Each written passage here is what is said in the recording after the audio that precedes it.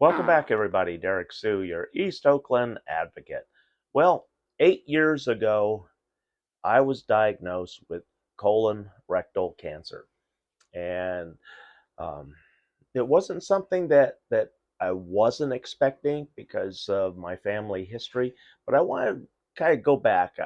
The other night, I was just kind of laying in bed and thinking about my journey through the colon rectal cancer treatment and the system that was in place at the time. So anyway, I was 8 years ago, April. I was diagnosed with colon rectal cancer. It was part of the preliminary screening for my annual checkup that I was doing, and I had been since I was 50. uh, they always encourage me to take uh, this non-invasive test, and that's Cologuard, and it comes in the mail, and you simply there's no invasion of your body, and it's simply taking a swab, wiping your number two while it's in the toilet, taking a swab of that, putting it on the card, and then the next day you do repeat the same thing. And so what that does, it gives a picture, a 24-hour, 48-hour picture, and what they're looking for is blood in your stool, and that blood is the first sign of uh, a serious problem, the colon, because colon rectal cancer, when the cancer gets in there, you start having bleeding in your intestines and your colon, and even through your rectum. And so, anyway, through Cologuard, it screened, came back positive. Doctor said, okay, now we need to do a colonoscopy. So within a very short amount of time, we had the colonoscopy. I never had that, and the preparation is probably the worst part of the entire ordeal, because you need to drink a half a gallon of this special solution, which makes you go. And it's to flush out your entire digestive tract. That's what it does. And they tell you don't eat nuts and small, uh, like lettuce and things like that, small particulates that can get trapped inside your colon and small areas. And so they tell you avoid that. Once you drink this, and everybody's going to be a little different, but within 20 minutes, my system already started flushing itself out, and you're drinking half a gallon, and so believe me, it's not pleasant, but you are squeaky clean. And the next morning, when I had just before the colonoscopy, I also had to drink the last of the mix solution to finish cleaning out from anything that digested the previous night that got through. You're not to eat 24 hours uh, prior to the colonoscopy. And so, and if you do have fluids that morning before the procedure, they tell you to drink clear fluids only, no coffee, no tea. Uh, you can have that solution and water. Take your medications. If you have medications that you need to take, you can take them. But it's predominantly only clear fluids up until you get back home from the colonoscopy. And the colonoscopy isn't that terribly uncomfortable. It is slightly for some folks, but let me tell you, after after that, they didn't go in very far. Let's put it that way, because the cancer was within inches of when they first went in, and they saw it, and then uh, ended it right there. They said, yes, you have a very serious situation here. And then there was scans that were taken to see you know, all the how much of an area, and then it was brought up and said that we're going to do radiation treatment to start with. And what the radiation treatment does, it starts breaking down those hardened cells, those cells that have kind of calloused from the cancer. And so what it does, it softens them up and readies it for um, the next part. Because I had 3 weeks of radiation treatment 3 times a week, and that was for 3 weeks. And that's what actually one of the things that they try and let you know. And this was over at Sutter Health around the corner, not part of my regular doctor, because they didn't have the machine yet. They didn't have the radiation machine, but now Alameda Health Systems has their own radiation machine. They're at former Highland Hospital, the new Wilma Chan Hospital, and so these are things that you're going to go through. And once the thing that they do tell you, that they'll do everything possible to keep you from being harmed by the radiation treatment, but there's no guarantee. And so one of the things that I want to let you know is that males run the risk of being permanently sterilized from the radiation treatment. And that's what happened to me. And then uh, during the surgery, that came in July, then that ended everything for me right there. But right after the radiation treatment 3 times a week for 3 weeks, and then starting the following month in June, I had a chemo infusion twice a week, Tuesdays and Thursdays, at Alameda Health Systems. And let me tell you that the infusion wasn't the bad part. The bad part was when you left. For me, and it's going to be different for everybody, but for me, right after that infusion, I could not drink cold drinks. I had to drink everything hot. I couldn't eat hot or eat cold food, or even room temperature food. I couldn't, because what was happening, um, the chemo makes your nerve endings so very sensitive. It also kills cells. And in this case, it made the cells in my throat extremely sensitive. And so any kind of liquid that I would swallow, if it was at room temperature or cooler, it was like a whole drinking pins and needles going down. It was so painful that it really discouraged you from drinking anything cool. And this is summer, remember, because this was July, August, September, so it's a very difficult time for me to be drinking hot drinks in the summer, and then also recuperating from the trauma that my body has gone through when they did the surgery. So, getting back to the chemo was twice a week, Tuesday, Thursday. It was an infusion.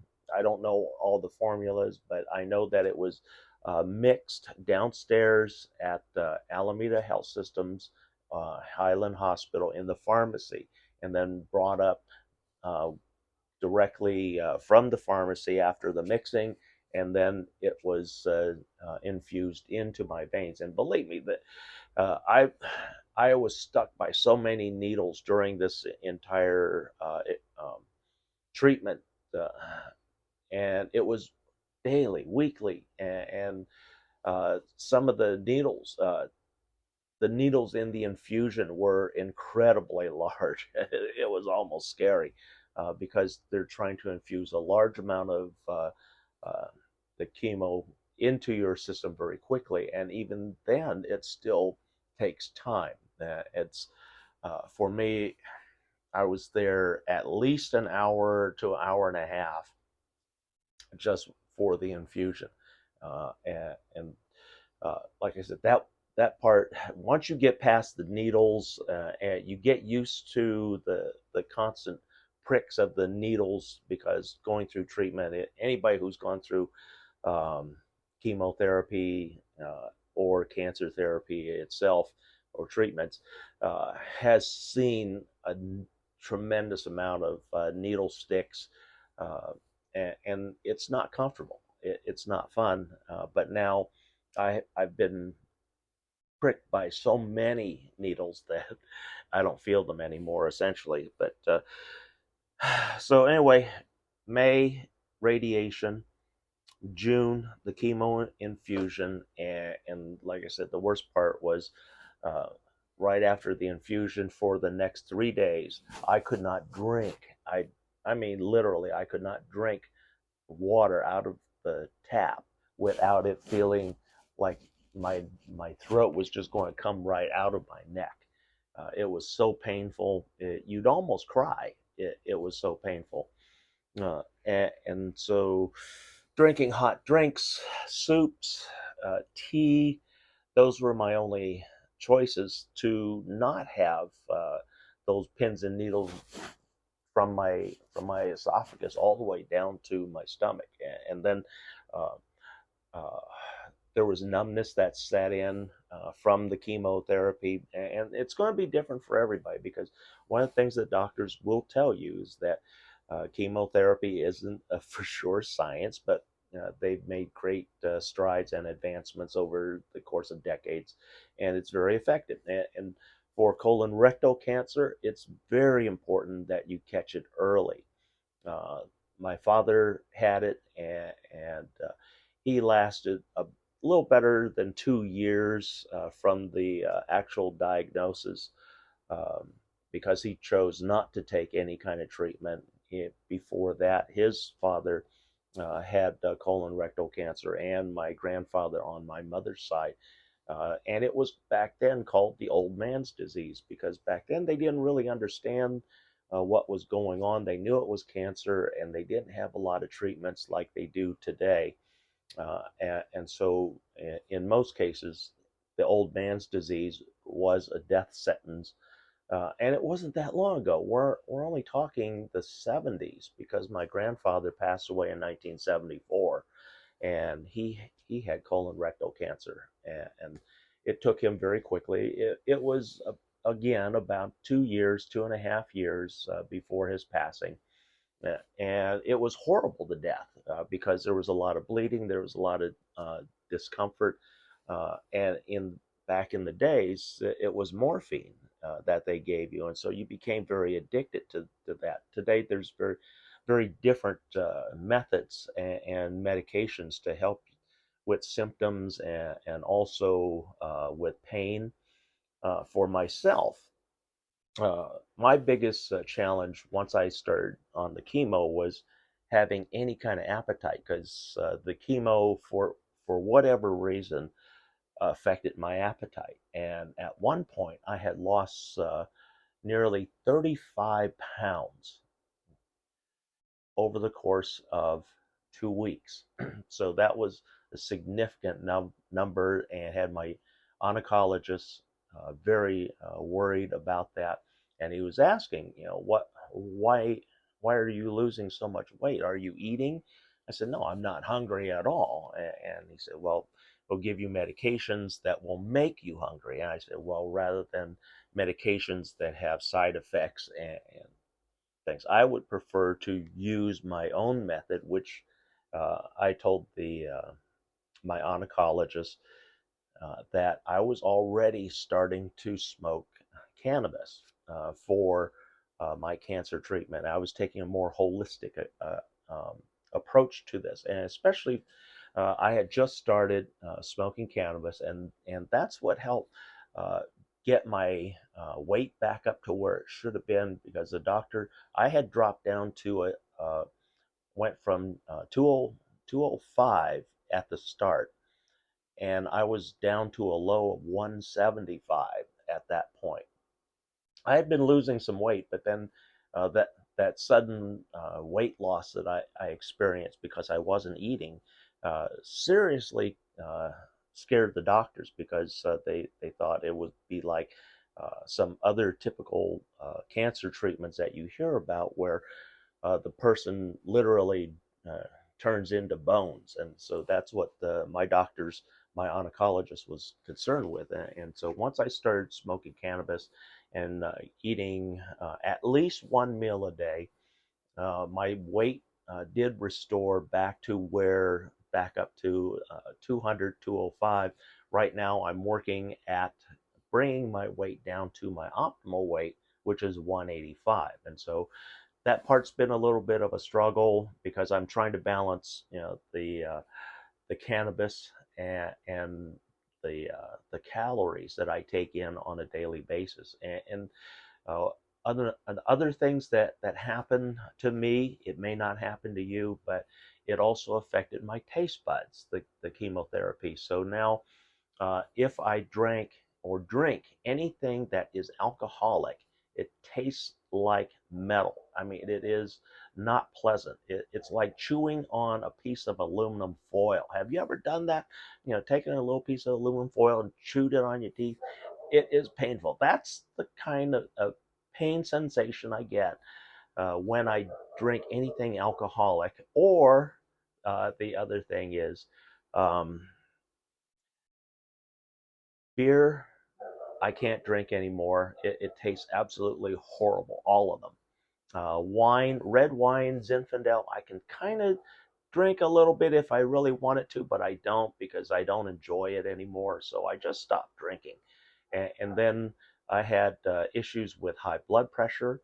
Then I had diabetes. So there were a lot of medical issues that came about. Number one, through my bodily changes, uh, uh, and then aging added on top of that. So there were a lot of factors, and uh, when I went into the surgery, once once I got in admitted into Alameda Health Systems, Highland Hospital for the surgery that later that morning, uh, they actually had social workers there talking to me before going under, and they were going to still try and find housing for me, but it wasn't looking very good.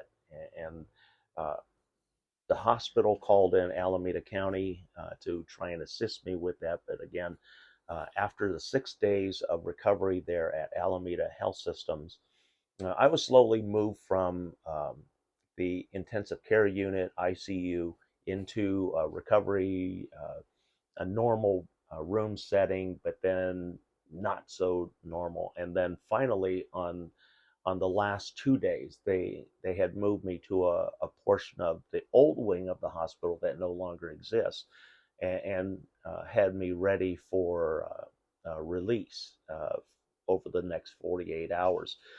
And again, when they released me that day, they said, "Well, none of the social workers were able to help you find housing or anything, and but we have to let you go, and you have to leave." And you know, there's been folks that have protested this kind of abuse because here the county just spent a tremendous amount of money on my treatment of colon-rectal cancer. In fact, nearly a year later, I saw or I received uh, a billing, not so much a billing, but an accounting of what was spent and what services that I had received, and it was an astonishing $300,000 to save my life from colon rectal cancer. But yet, right after they had treated me and said, you know, um, we're going to release you, they released me to City of Oakland homeless streets, and so there's nothing for me to have a respite care so that I can get over some of the worst portion of the surgery because I'm still bleeding and I still have uh, um, uh, stitches and bandages and things that have to be attended to and cleaned on a regular basis. And as a living on the streets, that wasn't possible. And I had a lot of friends that uh, were the invisible homeless. They live with family members or relatives, and they helped me through transition period over the next year, the course of the year. Also, I lost feeling in my hands, fingers, and feet. My feet has partially come back. I've been able to restore about 72% of the natural normal feeling that one would have in their feet. In my hands, I've been restored to about 92%. Feeling restored to my fingers. I still have some occasional numbness and tingling in my finger. And then also the other thing that a lot of people don't talk about through going through cancer treatment is chemo brain. And the chemo treatment can also affect the cells in your brain that help you with recall. And um, there's times that I have issues with that, and it comes and goes, and it really varies from day to day and hour to hour, year to year. And then we had COVID, so COVID impacted that also. So sometimes my memory isn't as great as it can, or my recall isn't as great as it can be. But then also, I'm getting older.